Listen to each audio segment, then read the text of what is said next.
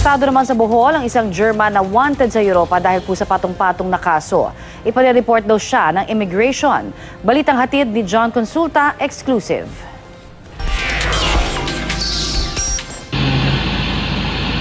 Nang makuha ang senyas mula sa kanilang undercover agent, pinasok na ng mga operatiba ng Immigration Fugitive Search Unit ang bahay ng kanilang dayuhang target sa Bohol.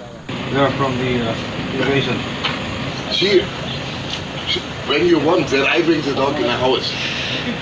Okay? No, just sit. Dala mo siya ng damit niya. Mabilis na pinalibutan ng German fugitive na si Lothar Gunther Bebenroth, 52 anyos. I am the chief of data scanner here. Yeah. Okay, so Agad siyang pinusasan, lalo pat napag-alaman na dating miyembro ng Special Forces ng Germany ang subject. Asintado raw ang Aleman sa paggamit ng baril. Sa likod ng kanyang bahay, makikita ang mga target board na kanyang ginagamit sa target practice. Na-recover mula sa Aleman ang isang kalibre 45 baril na walang papeles.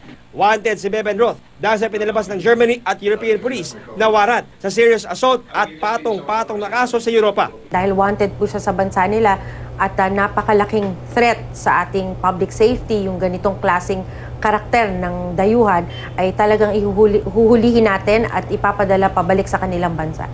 Tumanggi magbigay ng pahayag ang Aleman na ididiretso sa detention center sa Bicotan. As soon as the deportation order is issued, we need to secure clearances from the National Bureau of Investigation to determine whether or not he stands trial here for crimes committed in the country. If that is cleared, then we will immediately send him back to Germany. John Consulta, GMA News.